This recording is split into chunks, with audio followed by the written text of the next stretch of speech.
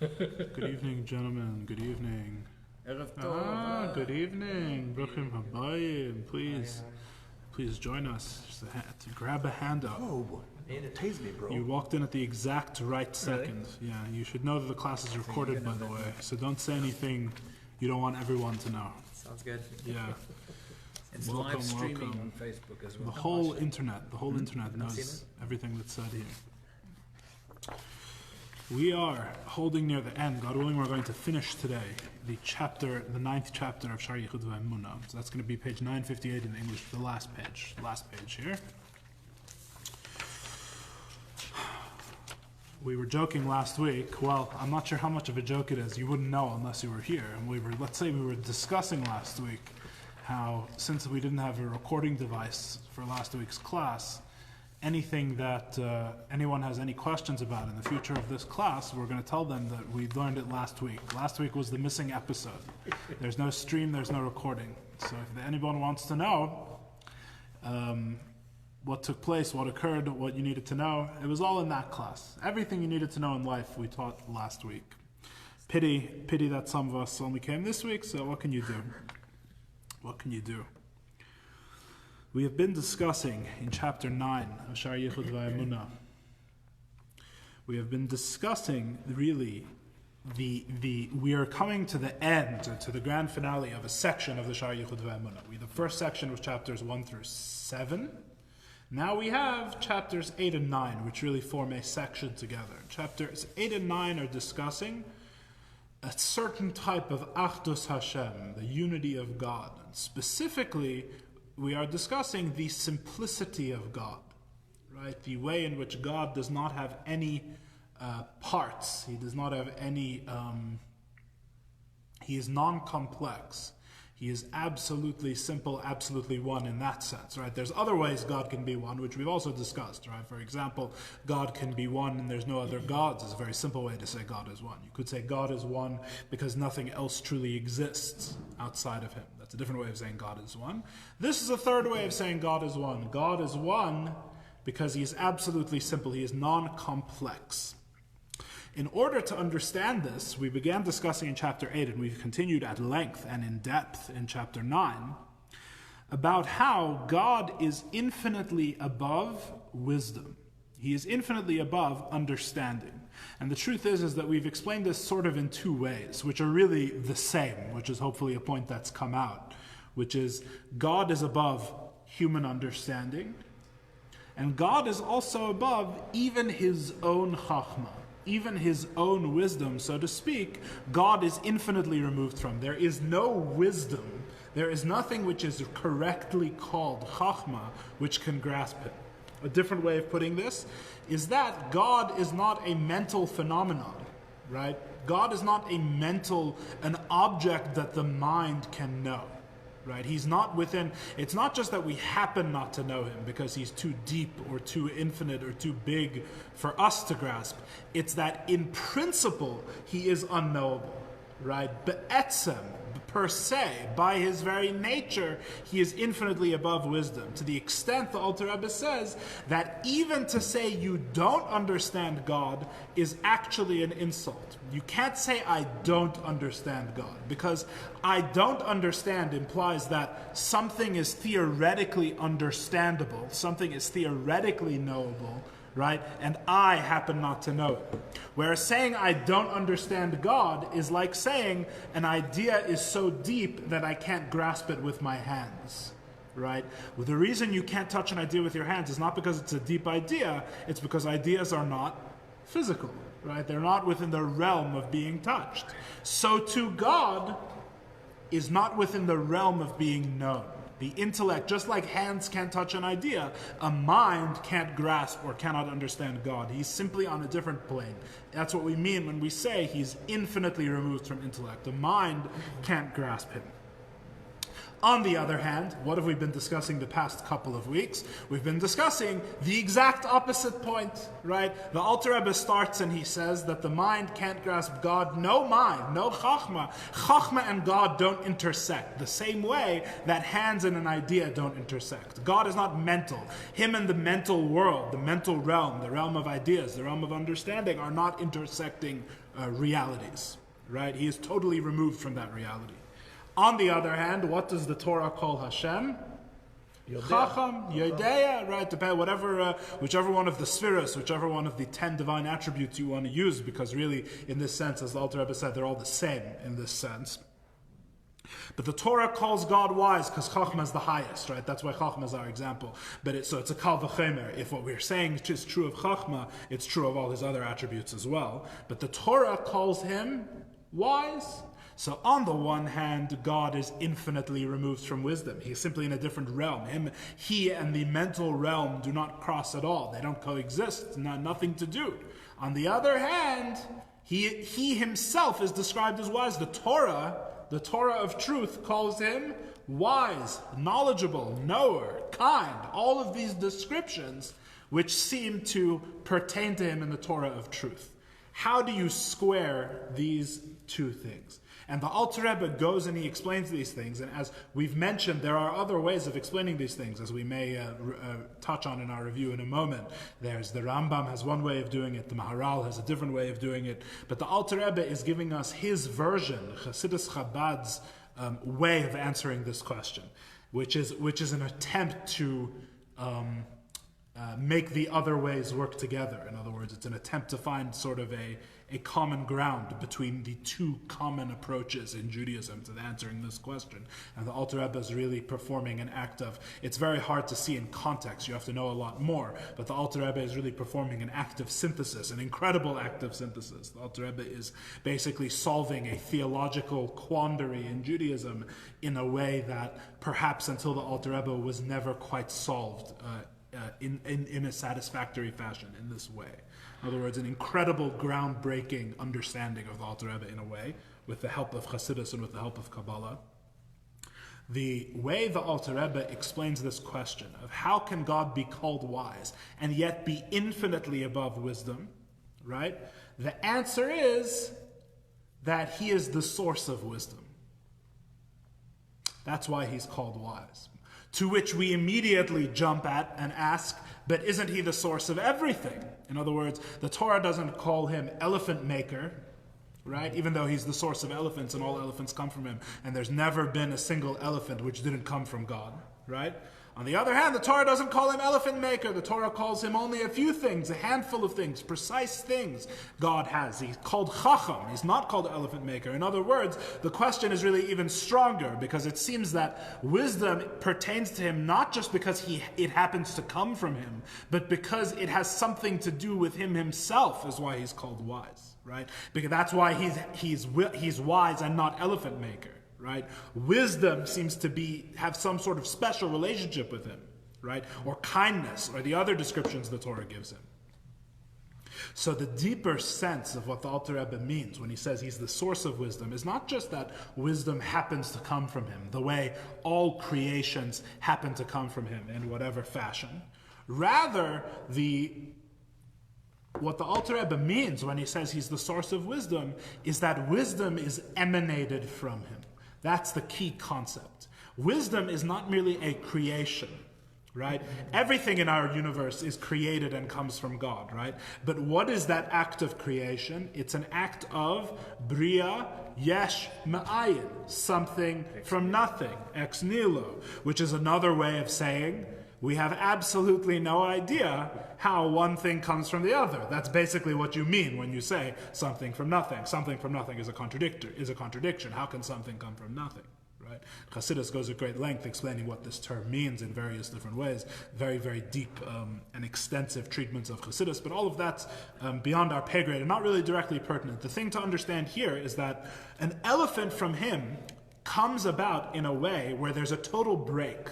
Right? There is no causative process. It's not like you start with God as point A, and then at point Z, you somehow have an elephant, and there's some logical process which can get you from A to B. Impossible. How can a process describe how you get from God to elephant? Right? Impossible. That's what it means that they're at an infinite remove. It's a creation, something from nothing. There is no something as the start of the process that produces the elephant. That's really what we mean when we say something from nothing, right? So, wisdom is not like this, however. Wisdom is not created something from nothing from God. Wisdom is a hamshacha and a hatzala. Right? It is a drawing forth and an emanation, which means that it is not something that merely comes from God in a way that is imperceptible, with this sort of break where God remains on one side and the creation or the result remains on the other. Wisdom, divine wisdom, God's wisdom expresses God. It is an emanation. It is Him brought into a lower place, right? Just as the wisdom of Moshe, the Torah says, was netzal, was emanated onto the 70 elders, right? Hashem took His wisdom and He emanated it upon the elders, as the Torah describes, right? He took it, what was in one place, and He spread it out, and He shone it from there into the other elders, right? Similarly, Hashem shines forth, He expresses Himself in a lower place, and that emanation is called wisdom. That's Hashem's wisdom, right? So Hashem and His wisdom do have a special relationship. However, right, that this leads us to a situation of what we would say in Aramaic is hadra kashya laduchta, which means the question returns to his place. So it's not just that He's the source of wisdom, but He actually expresses Himself in wisdom. The mind, the divine mind, remember, in other words, not every mind, we mean God's wisdom, but nevertheless, still a mind of some sort, still something that is correctly called wisdom, right, is an expression of God who is infinitely and totally removed from wisdom. Contradiction, paradox, right? How can wisdom be an expression of a God who is infinitely above wisdom, right? And the answer is, as we learned in the past couple of weeks, the answer is that both are true, which is not really an answer. It just means that the question's a good question, right? It's not really an answer. The answer is that both are true. His wisdom is emanated, and on the other hand, it is infinitely removed from Him. It has both of these aspects. It is both an expression of God and infinitely removed from God. And if you ask, how is that possible, what would the Alter Rebbe tell you?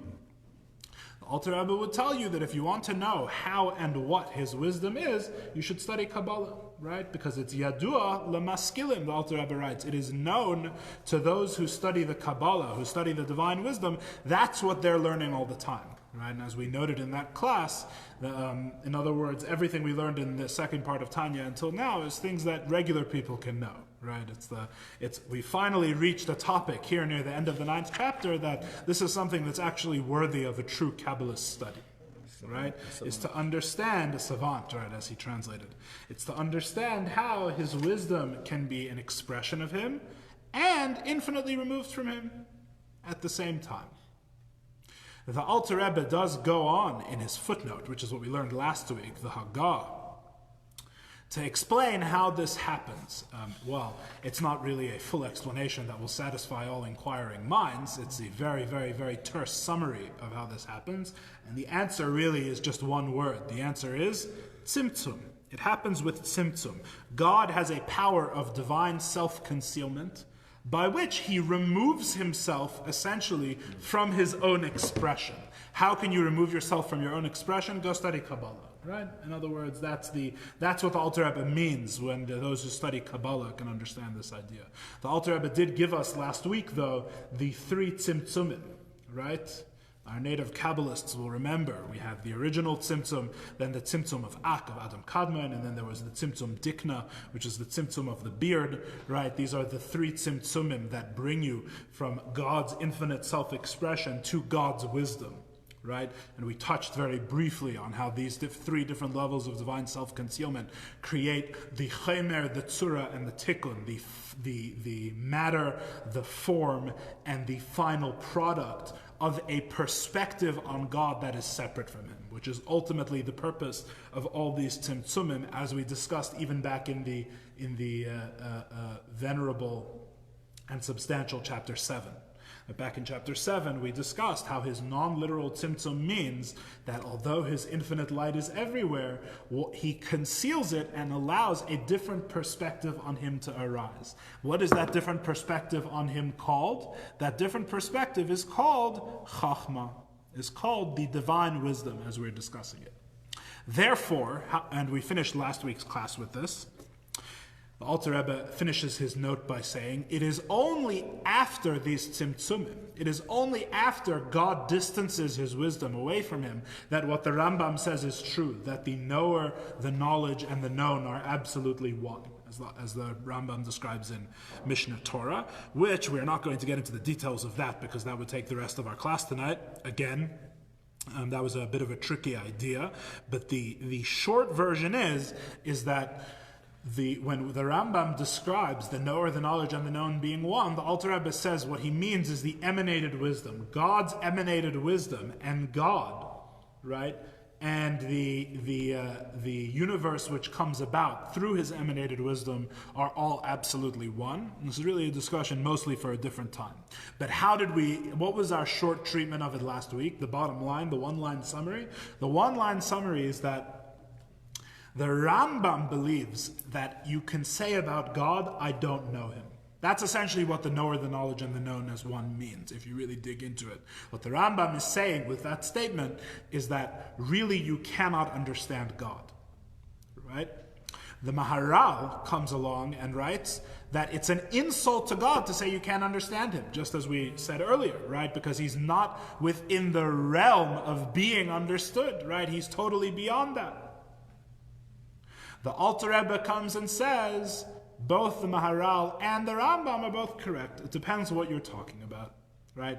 God himself is infinitely removed from wisdom, as the Maharal says. He's not within the realm. You can't even say, I don't understand him. On the other hand, once he has emanated his wisdom, the Rambam is right. That the correct thing to say about God and his wisdom is, I don't understand him, about his wisdom, right? His emanated wisdom.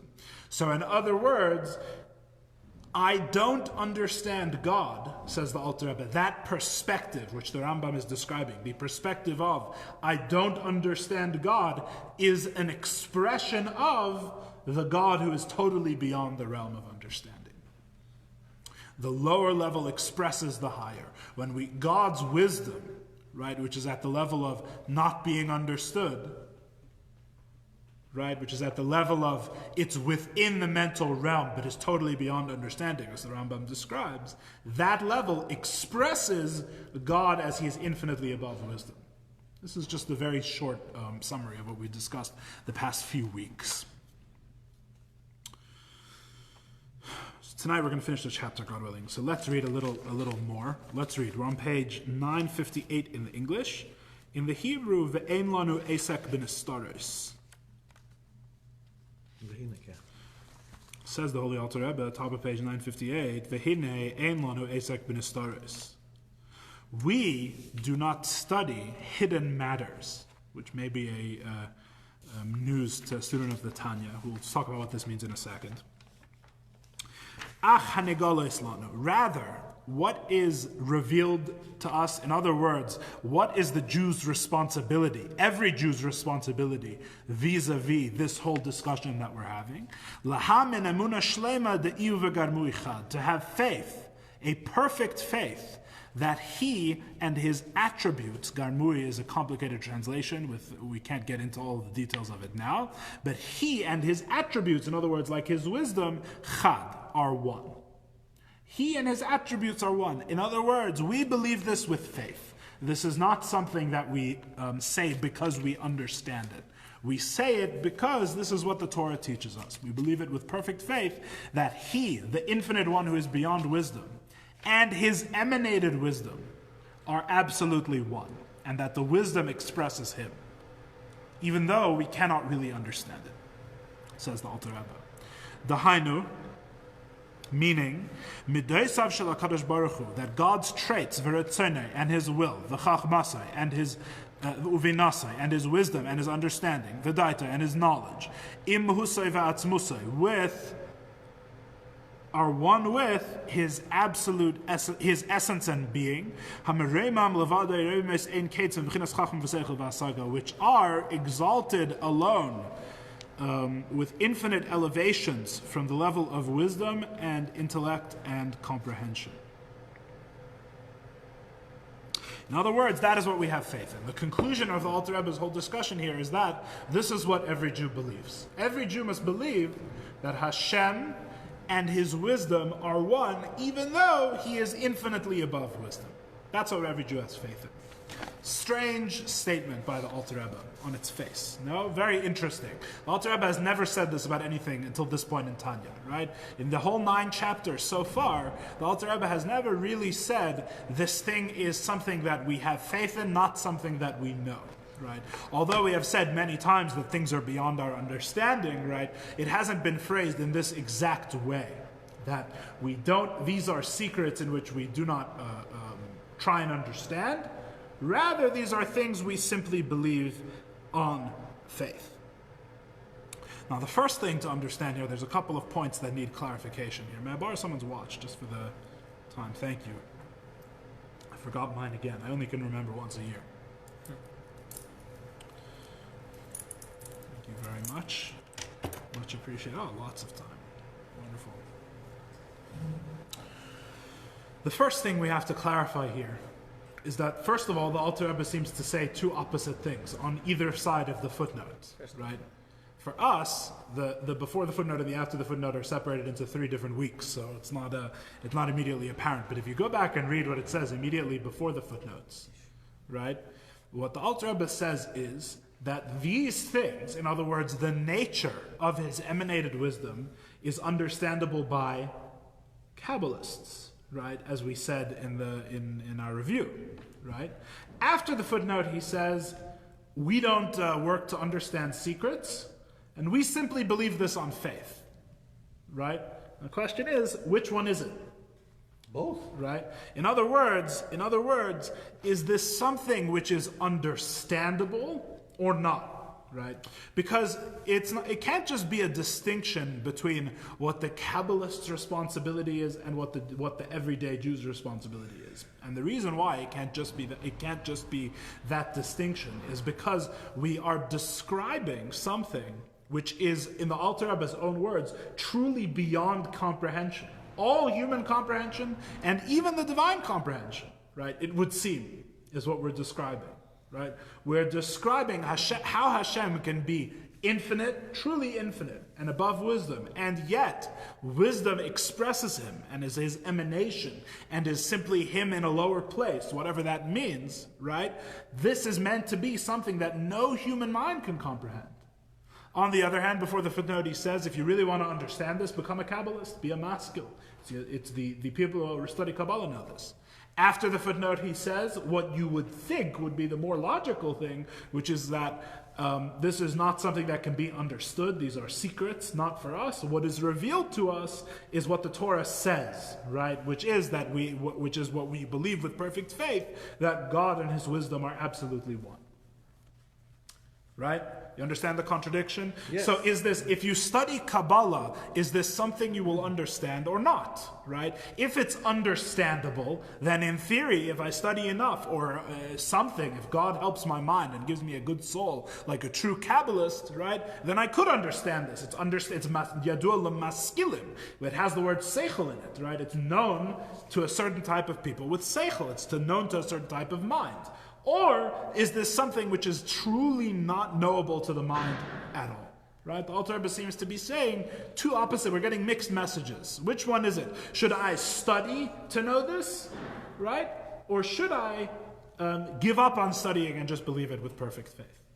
Right? And I want to make clear that even in this framing, even Yedias Hashlila, even the negative knowledge, which we've discussed before at length, even learning enough to know what it is that you don't know is still considered a form of knowledge, right? In other words, even if that's what the Kabbalists are doing, they're not truly understanding, but they're learning to understand what they don't know, even that is a form of knowledge. And if it is, then why shouldn't there be then theoretically every Jew, at least in theory, has the ability to become a maskil perhaps and to understand it, right? On the other hand, says the Alter Rebbe, these are secrets that are not for us, and we believe it with perfect faith. So is it a faith thing or is it a knowledge thing? How can one thing be both? How can something be a faith thing and a knowledge thing? Can I guess? What? Can I guess? Is there any stopping you? Yes. Lakasha. So since there's two situations where we talk about knowledge, one is before it's emanated, and one is after it's emanated. It's like the ray of the sun in the sun and the ray of the sun outside the sun. So outside, once it's emanated, it is somewhat in the realm of knowledge. Before it's emanated, it's not. Well, both of these things in the Tanya, that sounds good, but the Alter Rebbe seems to be describing one thing, right? It's not two different things the Alter Rebbe is describing, it would seem, right? It would seem that the Alter Rebbe is describing one thing. You have his wisdom, right? And you have him, and the two are one, and this is totally beyond comprehension, and we believe it on faith, or you can understand it if you study Kabbalah. No, but before the world was created, was there emanation? What? Before Before the emanation. Well, before the creation of the world, was there any emanation of the wisdom? Are there any Jews who are following the Torah who are either Kabbalists or non-Kabbalists before the world is created? In other words, why should we be talking about before the world is created? We're talking about now, it would seem. Alter Rebbe is speaking in, this is 1798 or whatever, right? It's not, this isn't before the world is created. So let's see what he said. So really, if you're medayek in the words, if you read precisely what the Alter Rebbe says, there's two, it's really talking about two different things. If you actually read what the words say, it actually is talking about two different things. Not exactly as Ronnie separated him, but is on the right track. That there's two different things that are discussed here. Before the note, when he says the Kabbalist can understand, what is it that the Kabbalist can understand? We said, Eich umahu. We said, how does this wisdom come about? And what is this divine wisdom? Right? That is what a Kabbalist can understand. In other words, when the Kabbalist studies about the tzimtzum, and he understands the different ways of divine tzimtzumim, right, he can know, to some extent, what those things mean. That's something that you can study and comprehend, here, at least, at whatever level, right? But that's something that's at least open to comprehension. Because if you can understand that God is infinite, you can understand that he has an infinite capacity for self-concealment, right? Which is what a tzimtzum is. And you can understand that he goes through this process of removing himself from the emanation. In other words, if you want to understand how the divine wisdom comes about, right? How it's emanated. What is this emanation and how is it emanated? There's what to study. There are things you could study. There are things you could know. That is not the same thing as what the Alter Rebbe is talking about after the footnote, because if he says, what are we talking about after the footnote? To believe with complete faith that he and his emanations are one. Right? So how is the Alter Rebbe machalik? How is the Alter Rebbe separating this into two things? Right? There is what his wisdom is. In other words, how he arrives at his wisdom as an emanation from him himself, that is something that is open to study. What is not open to study? What is a matter of perfect faith that every Jew must have, says the Alter Rebbe? The way he and that emanation are absolutely one. That's what's open. That's what's not open to investigation. That is what no amount of study can explain. You can understand what his wisdom is, but to understand, so to speak, or how through tzimtzumim, how through contractions he could create something which is both an emanation from him and totally separate from him, but to understand how that thing which he then creates is actually totally one with him. In other words, more on the emanation side, right? To understand how that expresses him in a true sense, that is something which is only open to faith. No amount of study, no amount of understanding can ever understand this point. That's why they say that faith is beyond Chokhmah. Obviously, that's the idea. In fact, as we're going to learn in a second, it's a good point. As we're going to learn in a second, faith is not even beyond Chokhmah. Even Chokhmah is within the realm faith, as we're going to discuss in a moment. So the question is really not how is it possible that he emanates something, right? Because that's where you start getting into the realm of, well, for God, anything is possible. And then if you say, well, that's not really an answer, so then when you study Kabbalah, you'll get into details. It's not just that for him everything is possible. There's explanations of how everything is possible for him. In other words, just as he has an infinite power of self-revelation, he has an infinite power of self-concealment. And that self-concealment is applied in a certain fashion, in a certain way. There's 3 different stages, as we discussed in the footnote, right? In other words, with his infinite power of self-concealment, you can understand how a revelation and concealment sort of work together to produce a concealed revelation, right? A revelation that reveals him and yet conceals him simultaneously. That's all Kabbalah. That's all the study of Kabbalah, right? But to understand how that thing, which is now infinitely removed from him, this emanation which has been mitzamtzem, which has been contracted and distanced, and God is concealed within it, how that can truly be one with him. Right? How that can truly be so much of a pure expression of him that it has no existence of its own. Right? It is a pure expression of God to the extent that we say only God is here. Right? Isn't that what the Rambam says? The Rambam is described according to the Alter Rebbe's reading of the Rambam, of course. The Alter Rebbe is saying the Rambam says he and what he knows and his knowledge in the world of Atzilus, his emanated Chachma, his emanated wisdom, all 3 of those things are absolutely one. Right? How can this thing, in a way, the more the Kabbalah studies, the less they understand it, right? The more impossible it becomes to understand. Because what they study is how this thing becomes so far from Hashem. Right? How is it possible that it's an emanation which can become Chachma, something defined and limited, right? What you can't understand, what no mind can understand, is how that this thing, which I just learned all the details of how it became infinitely far from Hashem, right? How that thing is absolutely one with Hashem as well. That is what no mind can comprehend. How can this thing, which is infinitely far from him, be absolutely one with him to the extent that when the Rambam says the knower, the knowledge, and the known are one, the Rambam is correct. Right? That no mind can comprehend.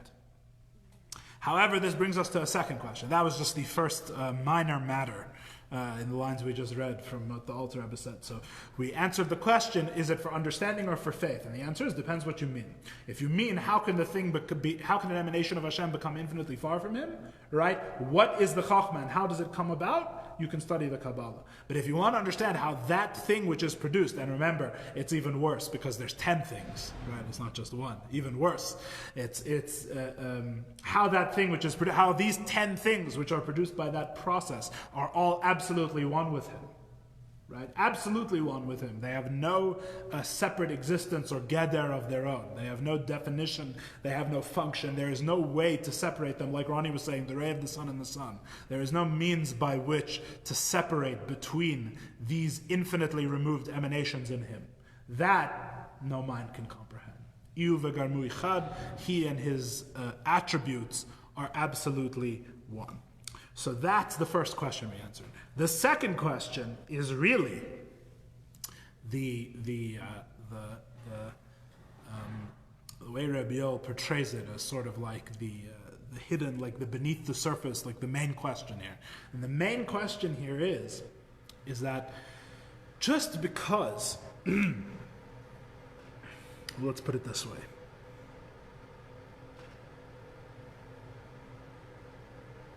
If this is something that we can't understand, why does that necessarily mean that we should have faith in it? Right? In other words, there's 2 separate things. There's not understanding. There's a lot of things I don't understand.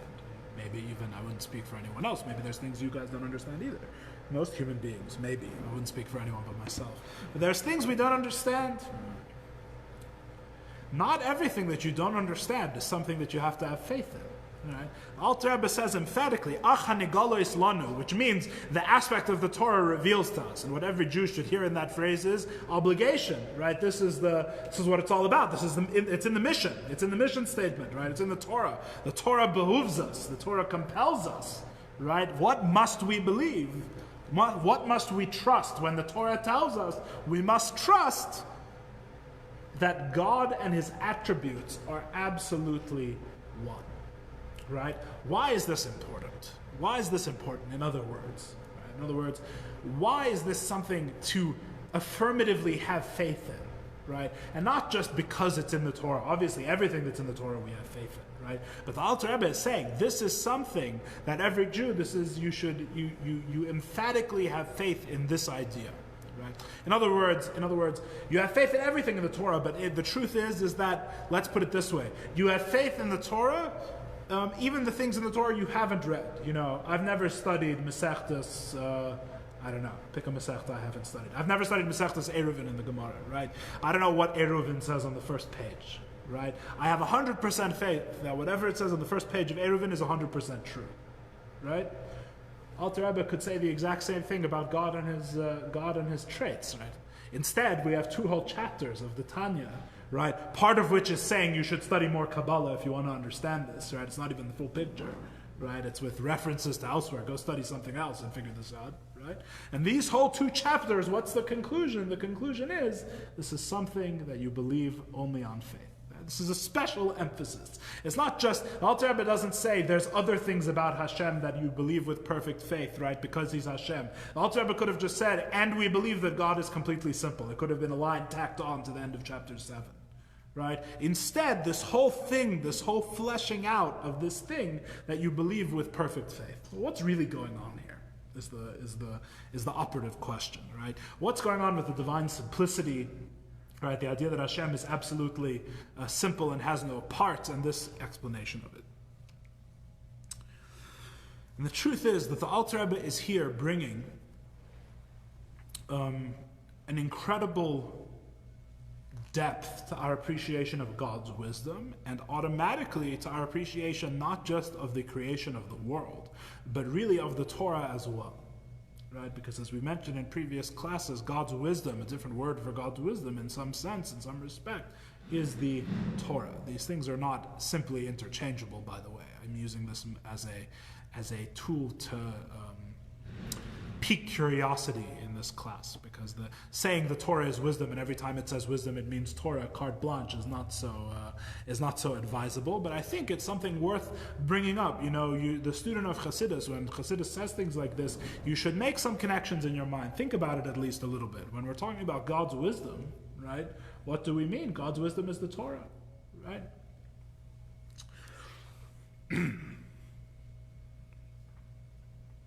What the Alter Rebbe is really saying here is not that we have faith in God's unity with his wisdom because we don't understand it and it's something that it says in the Torah. The Alter Rebbe is saying something much deeper. The Alter Rebbe is saying that God's wisdom is faith. The point that I mentioned to Ronnie before. God's wisdom is faith. It is an existence of faith. When we say God's wisdom, the thing that we are describing is faith, not wisdom. What does that mean?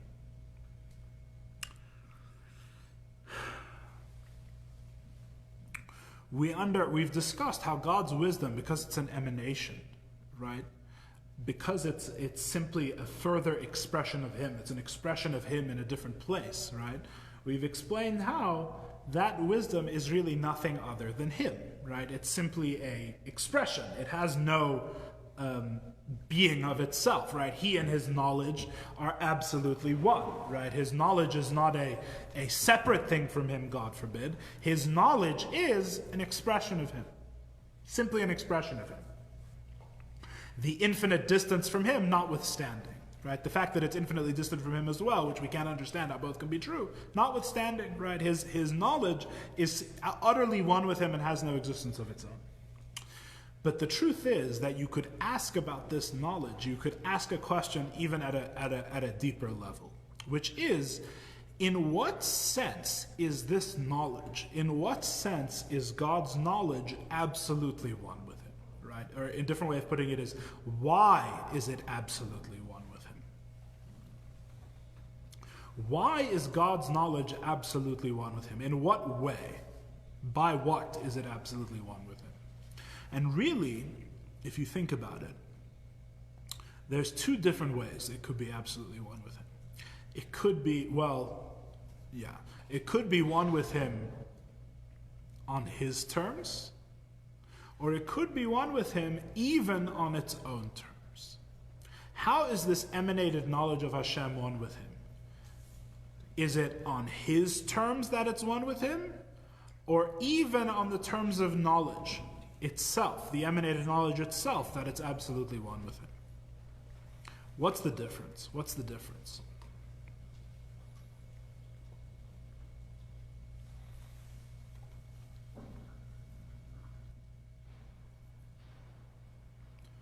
God is infinitely above understanding, right? One nice consequence, you could say, of this incredibly bold and radical statement, and it is truly, I'm not joking about that, it is truly a bold and radical statement. What is one of the consequences of this bold and radical idea? That God is infinitely removed from understanding, that he is not a mental phenomenon at all, that no mind can grasp it. One of the consequences of this idea, at least for our thinking, let's put it that way, because once you start talking about actual consequences of God, things become immediately very complicated, but and possibly nonsensical. Let's put all that aside. Let's put it this way. One of the things this means to us, let's put it this way. One of the things it means to us that God is infinitely removed from understanding is that nothing is a contradiction to him. How can you have a contradiction to something that is not within the realm of understanding, right? A contradiction means that I understand what A is. A is one type of thing, B is another type of thing, and the two don't go together, right? About God, you never reach the point where you say A is one type of thing, right? It doesn't pertain to God. God is not a mental phenomenon, right? There is no attributable nature to God, right? Any nature that you give him, any definition that you give him, right, is a definition of the mind. As we discussed in the previous chapter, right? What did we say? We said everything that we ascribe to God, we understand only in terms of what we have, right? In other words, all understanding, all words, all true grasp, intellectual grasp of things works how? Metaphorically. This thing is like this. Right? What is God like? Absolutely nothing. Right? There's nothing. We have no idea what God is like. Therefore, you cannot say what he isn't like. If I can't say what he's like, then I certainly cannot say what he isn't. Every time you say what something isn't like, right? That's the whole distinction between the Rambam and the Maharal, right? The Rambam says, I know what God isn't like. That's the highest knowledge of God, right? Comes the Alter Rebbe and he says, only to a certain level, beyond that level, you can't even say what he isn't like, right? That's essentially the Alter Rebbe's disagreement with the Rambam. You can't say what God isn't like. Therefore, since you can't say what God isn't like, can you really say that he isn't like an emanated wisdom? And the answer is no, right? In other words, on God's terms, you have to be careful now, because if you become too radical and too excited at this point, you're not able to say anything anymore, right? You run out of all description and all ability to grasp anything. So listen to the distinction. On God's terms, right? Unity with anything is possible, because anything is possible for God. Right? Literally, this is the set. When Chassidus says God can do anything, he's omnipotent, it means it in a much deeper sense than the Rambam would have meant it, for example, in his philosophy. Right? In the Pshat in the Rambam. Because we don't mean he's omnipotent within the laws of logic, right? Within the rules of intellect. We mean he's truly omnipotent in a sense that we don't even know what he is. He can literally do anything. We mean, when we say anything, we mean things that are logically impossible, contradictions. Right? There's no reason to say a contradiction is impossible for God. Right? That's how you have the incredibly deep Gemara that feels like it's mentioned every week in this class about the Makam Ha'araneinu Min Amida, right? That the ark took up no space. That's the classic example. It's a contradiction, a true logical contradiction is possible for God. Right? Therefore, can you really say that it's impossible for him to be united with an emanated wisdom? And the answer is no. In other words, once you're talking about God himself, it's not such a chidush, it's not such an innovation to say that this impossible thing is ascribed to him. Right? God, what's the Lewis Carroll, Alice in Wonderland, what's it, 12 impossible things before breakfast? Masha Kaza. Anyway, God can do 12 impossible things before breakfast. It's not an issue, however many it is. But what the Alter Rebbe is saying is not like this. The Alter Rebbe is saying that God is united with his wisdom, not just on his terms, but on his wisdom's terms as well. He is united with his wisdom, not just on his terms, but on his wisdom's terms as well. In other words, he is not united with his wisdom only because he is beyond all understanding and any contradiction is possible by him. Right? Because if you think about it, right? We're saying his wisdom is an emanation of him. It expresses him. Right?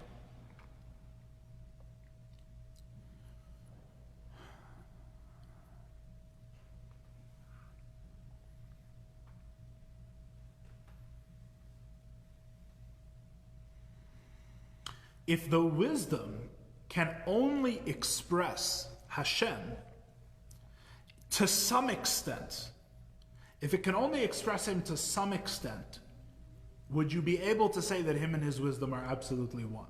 No, right? It has to express him 100% because they're absolutely one. His wisdom has no existence apart from him, right? It's just him in a different place, an emanation, right? An expression in a lower place. His wisdom, because it is truly an emanation of him, must express him entirely, not in parts, right? Because it's a true expression of him. Remember what the Alter Rebbe is saying we have faith in, right? He and his knowledge and the known, which is all the Elamus below Atzilus and all the spheres, all the things below Atzilus, are all absolutely one. In other words, there is no distinction between he and his knowledge. It's really not all the worlds below Atzilus, so I should be precise. It's all the spheres below Atzilus, whatever. Well, let's not get into that.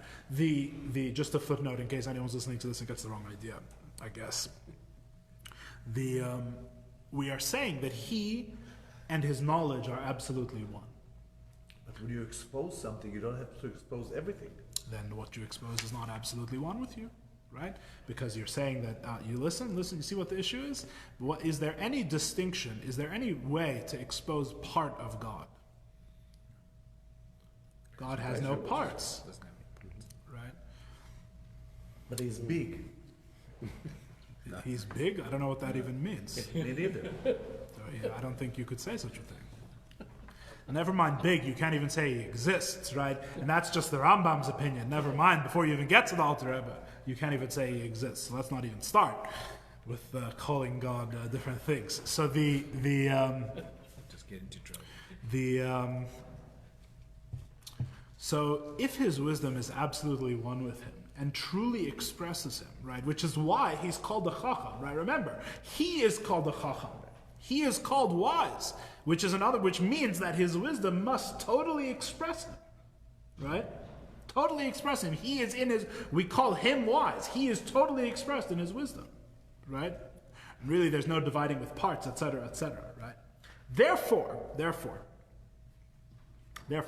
if his wisdom entirely expresses him, right? If that's what his wisdom is, it's not dividing into parts, but is a 100% an expression of Hashem, then you can't just say he's united with his wisdom because he is able to do anything. Because he is totally beyond understanding. Because what that means is that his wisdom on its own terms cannot express him. Right? It's only from his end that the wisdom expresses him. Right? On his terms, again. On his terms, anything is possible. Right? So my wisdom can express me, sure, why not? There's no definition to me. I can be anything. Right? We're saying something more. We're saying that his wisdom, right, as an emanation, is absolutely one with him. Because that's what it is, you understand. Because that's what it is. His wisdom is one with him, not by some accident of his nature, where everything is possible, and therefore, sure, I can be one with my wisdom. His wisdom is one with him because of what it is, by its nature as well. Why must that be? Because otherwise, his wisdom has an aspect, right? Namely, its own nature, which does not express him, which is impossible, because he's absolutely one with his wisdom. Right? In other words, if his wisdom expressed him, but only on his terms. Let me put it differently. If his wisdom was one with him, but only on his terms, right? That means there is an aspect of the wisdom, namely its existence as wisdom, that does not express him.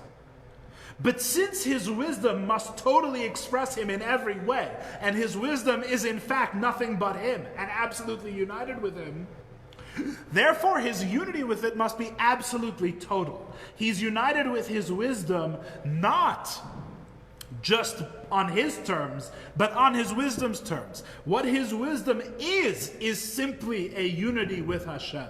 So now the contradiction is even greater. Because you concentrate on wisdom, but he is also Gadol, Gibor, Correct, all the other Zeus. spheres, yes. So all of them express him in its whole. In a different way. Absolutely. So, is it really in a different way? Are you so sure? Maybe it's in the same way. It would seem it's in the same way. So why is it called in different names? Very good question, right? Lahamin emuna shlema de'yu v'gad mu'ichad. So nothing matters. No, nothing matters.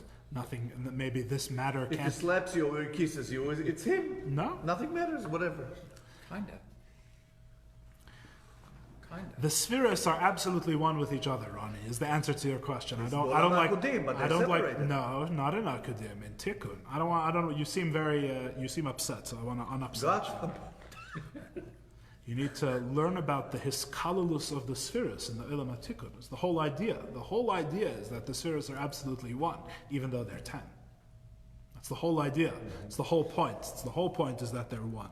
You're right. It's not the same oneness that's before, but it's still, the point is really a different way of saying what he's saying here, is that they're still absolutely one in the most absolute sense, but you may not be able to understand that. That may be something that ultimately you have to have faith, right? Even though it's true that all 10 of these things are absolutely one with each other and with him. Oh dear, we're out of time and I still have things to say.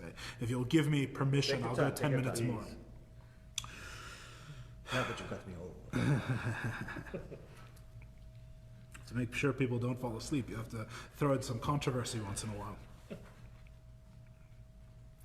If his wisdom is truly one with him and truly expresses him, that means it has to be one with him not just on his terms, but on its terms, right? It's unified with him in every way, in other words. It's 100% unified with him. There's no aspect of his wisdom which is just wisdom and not him, in other words, right? Every aspect of his wisdom must purely express him in a lower place. He and his wisdom are absolutely one, right? Being that this is the case, being that that's the case, what does his wisdom really express, in other words, if you could speak to his wisdom, what would his wisdom say? I put it in these terms because this is a old tradition in the study of Chassidus. You say, "Was sagt Atzilus?" Right? What does it say? It makes more sense in Yiddish. It's very hard to properly. It's very hard to properly convey the idea in words, in general, right? But in other words, what is really conveyed by the thing?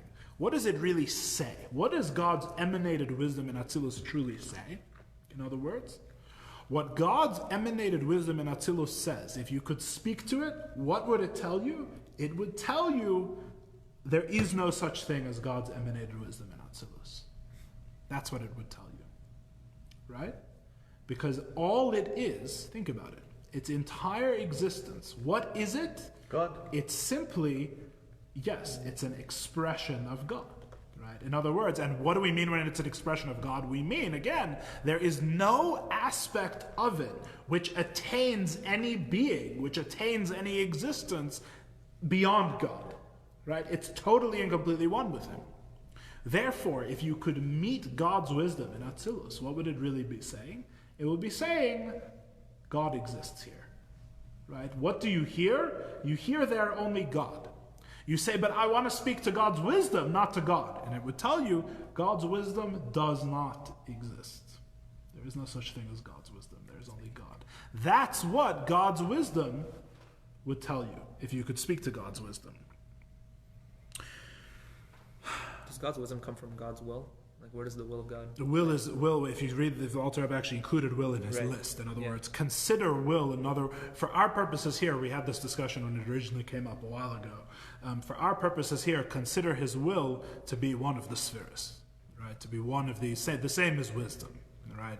Not we're not talking about earlier wills, which becomes very, very, very complicated, like the original will to emanate the spheres. Don't ask. It's crazy stuff. It goes up and up and up. So, but here, when we talk about God's will, generally speaking, what we mean, we're treating it as another one of the spheres, right? Just like he has wisdom, he has will. In the exact same way, you could say the willer, the willed, and the will are one, right? Or the lover, the beloved, and the love are one, right? Will With is God. something a little It's all the different. same. Mati velo mati. I said, for our purposes here, it goes much higher, it gets much more complicated. For our purposes here, right, we are treating will as one of the spheres, as one of the divine traits, the same as any other. Therefore,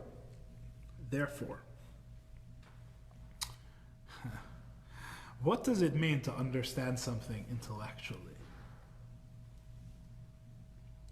Understand something intellectually, as I said before, means to understand the thing on its own terms, right? Relative to other things. Rationality and ratio have a similar root for a reason, right? Rationality and ratio, or what the philosophers would call ratiocinative intellect. Don't ask. But the point is that intellect is about comparison. Right? Yachas. It's about yachas, very good. A relationship, connection, things relative to other things, right? That's what intellect basically sees how things fit together or don't fit together if they're contradicting, right? That's essentially what intellect is, what logic is. It's a tool for seeing how things fit together. So, in order to say that A and B fit together, you have to understand what's A, you have to understand what's B, right? And the truth is that if you zoom in just on the A, you still have to understand it in terms of other things, in terms of B, C, D, and E, right? If you understand what I'm saying. In other words, in intellect, there is never a pure A, where the thing just is, right? There is no such thing. Although such things are required to begin thinking, right? Obviously. Right? To begin the process, there must be something which is not defined by other things, right? It's like if you look up a word in the dictionary, there's always other words by which it's defined, so you have to then look up those words, right? At some point, this process has to end in something beyond the dictionary, otherwise it just goes on infinitely, right? You understand? The exact same idea in all intellect, right? Which is why Chassidus would tell you intellect is based on faith, etc., although some wouldn't call that faith, but they're mistaken. Long story. But this is one of the most intuitive, a very basic version of an extremely intuitive proof of God's existence, by the way. The existence of God based on the existence of rationality. If we can be rational, then there must be a God, because all of these axioms, it's really more complicated than this, but all of these axiomatic beliefs must themselves be founded on something prior. It's a whole thing, but in a very, very basic form, right? This is a similar to some of the quote-unquote proofs, whatever that word means, of God's existence. But anyway, that's not really, we could do a whole other class on that sometime. Intellect is about understanding things. 3 more minutes. Intellect is about understanding things in terms of other things, right? And even understanding something on its own terms in intellect really involves understanding it in terms of other things, right? Now, when you go to God's wisdom in the world of Atzilus, and you say, what do you compare to? You can. And it tells you there is no God's wisdom in Atzilus, right? The question is, what then relationship does his wisdom have to wisdom? You understand the question? If all wisdom works by comparing A to B, and I go and I ask God's wisdom, what are you? And the answer is, I am nothing, there is only God. Right? That's what it says. It says all there is God. Right? Then what is God's wisdom? God's wisdom is not wisdom. God's wisdom cannot be related to as wisdom. Right? God's wisdom, what we call chachma, right? God's emanated wisdom that we are describing is itself, by its nature, not just because it's one with Hashem, who is totally beyond wisdom, but by its own nature, beyond wisdom. Not understandable in seichel. Understand what I'm saying? So in other words, it's not just God before all these tzimtzumim, who is totally beyond wisdom, where you can't even say about him, I don't know what he is, right? Even his emanated wisdom after the tzimtzumim, by its nature, is totally beyond understanding, right? That's what the Alter Rebbe is saying. That's the chidush here. That's the innovative. That's the true point to which the Alter Rebbe is driving, that he's getting at. The wisdom itself is beyond understanding. It's an existence of faith, right? In other words, the truth is that even his wisdom is in some sense beyond what the Rambam says. I don't know what it is. Right? We said before that in the world of Atzilus, at the level of the emanation, what the Rambam says is true, that I don't know God. Right? But the truth is that at a deeper level, even by his emanation, you can't say I don't know God about it, because it's absolutely one with him. But and yet it's called chokhmah and not elephants. Absolutely. But what is that chachma is not something that can truly ultimately be understood. So why the use of the word of the root chacham? Why? Why is it called chachma then? Yes. Right? Because that's what chachma is. It's not an elephant, it's chachma. Right? And chesed is chesed, and bina is bina, even though they're all behiskalos and one of each other. Each and every word of those. Yeah. And you could give the same lesson instead of using chokhmah, using chesed. And I would. It's exactly what Alter Rebbe is saying. Absolutely. Each of the 10 spheres is exactly the same in this respect, even though the spheres are different. They're different, but they're behiskalos. So they're different and they're not different. But that's almost a different point. In other words, the hiskalos of the spheres with each other is also a very involved topic, but it's a slightly different topic.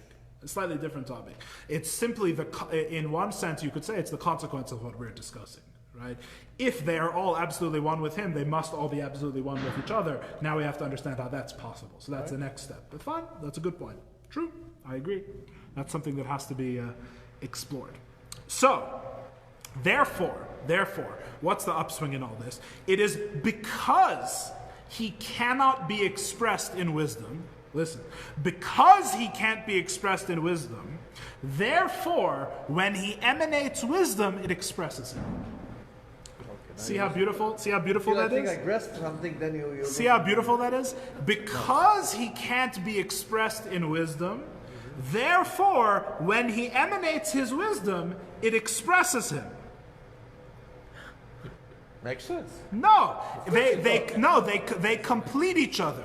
They complete each other. The contradiction, the paradox is one unit. It completes itself. Why? Because